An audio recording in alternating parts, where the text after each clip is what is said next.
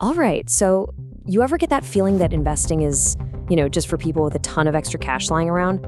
Well, in the next few minutes, we're going to totally flip that idea on its head. I'm going to show you how to take what you're already spending and turn it into the fuel for your future wealth. And we're starting right now. Yeah, just let that sink in for a second. What if the money for your first big investment isn't something you have to wait for? It's not hiding in some future promotion or a new side hustle. Nope, it's already in your bank account right now, just kind of camouflaged by all these tiny everyday choices you make. So in this explainer, we're basically going on a treasure hunt to find it. Okay, so what's the mission here? Where are we going to point all of this cash we're about to unlock? The goal? It's simple, but trust me, it's an absolute game changer. We're going to open and fund your very first serious investment account. And look, this isn't just about saving. This is about making your money finally start working for you. Right, so if you're in the UK, our target is what's called a stocks and shares ISA. And if you're in the US, it's a Roth IRA. Now, both of these accounts have an incredible superpower: tax-free growth. Think of it like this, okay? The government basically gives your money this protective shield. So every single penny of profit it earns, it's all yours to keep forever, no tax. It's a massive head start, and it makes hitting those annual contribution limits just so much more powerful. All right, let's talk about the big wins first. We're going for maximum impact with just one decision. Forget about saving pennies for a minute. We're talking about a few key choices that could literally fund your entire investment goal for the year in a single move. Let's get into it. Okay, first up, the brand new car trap. You know that new car smell? It might just be one of the most expensive scents in the entire world. It's so tempting, I get it. But buying a car brand new, it's pretty much the financial equivalent of driving your hard-earned money straight off a cliff. And this chart right here, it shows you the stark reality. A new car loses something like 10% of its value the second you drive it off the lot. It's crazy. And look, after just 3 years, it's worth about 60% less than what you paid. Now, look at the alternative. If you took that same, say, £5,000 down payment and invested it instead of a guaranteed loss, you'd be looking at potential growth. I mean, it's simple. One path literally shrinks your wealth, and the other one builds it. Now, look, this is not about me telling you to drive a rust bucket for the rest of your life, okay? It's about being intentional. It's about pausing before you sign on that dotted line and just asking yourself this one powerful question. Is that temporary buzz, that little bit extra for this year's model, really worth trading away years of my future financial freedom for? Honestly, that one question is the key to this whole mindset shift. This exact same logic applies to another huge money pit: the endless cycle of tech upgrades. And this gets into a really fascinating psychological quirk that, let's be honest, companies totally exploit. It's called the law of diminishing returns on happiness. Just think about your first ever smartwatch. It was probably a game changer, right?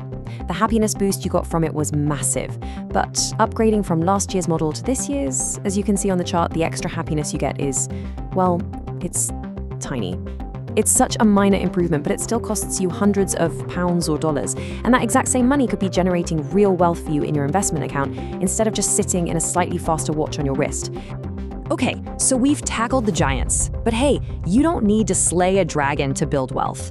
It's also about planting seeds. So now, let's zoom in on the small, consistent changes that can grow into something absolutely massive over time. All right, before we dive into these specific habit swaps, I have to give you a quick but really important reminder. This is all for educational purposes, okay? It is not investment advice. When you invest, your capital is at risk, past performance doesn't guarantee what will happen in the future, and you should always do your own research. Okay, with that said, let's get back to it. Okay, let's really break this down. Check out this table. Swapping out buying new books for a free library act like Libby, that could easily net you £240 a year for your investments, just like that. And cutting back on fast fashion, we're talking a potential £600. And then when you get to the high maintenance services, whoa, the numbers start getting really serious. Each one of these might feel like a small stream, but together they create a river of cash flowing straight into your future. Yeah, let's zoom right in on those high maintenance habits for a second. We're talking salon manicures, eyelash extensions, professional hair dyeing, you know the drill. The thing is, the cost you see on your bank statement, that's just the tip of the iceberg. The real cost is what's hidden just beneath the surface. So what's the real payoff for making a change here? Well, first, there's the obvious one: direct cash.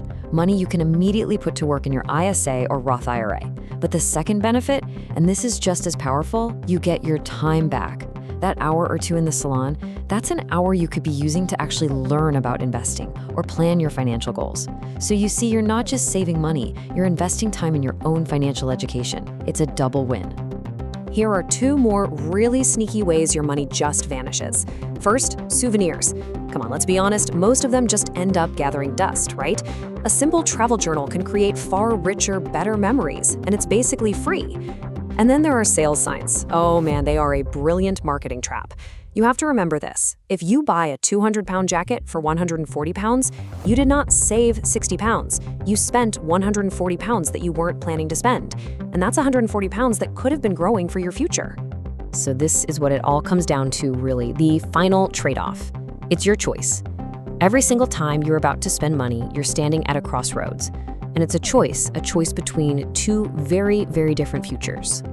On one side of that road, you've got consumer goods. You know, they give you that quick hit of instant gratification, but the happiness fades, and their value, it almost always goes down. But on the other side of the road, you've got investing. Now, yeah, it requires a bit of patience, delayed gratification, but it offers the unbelievable power of compounding growth and the very real possibility of financial freedom. The choice, it's yours, with every single pound and every single dollar.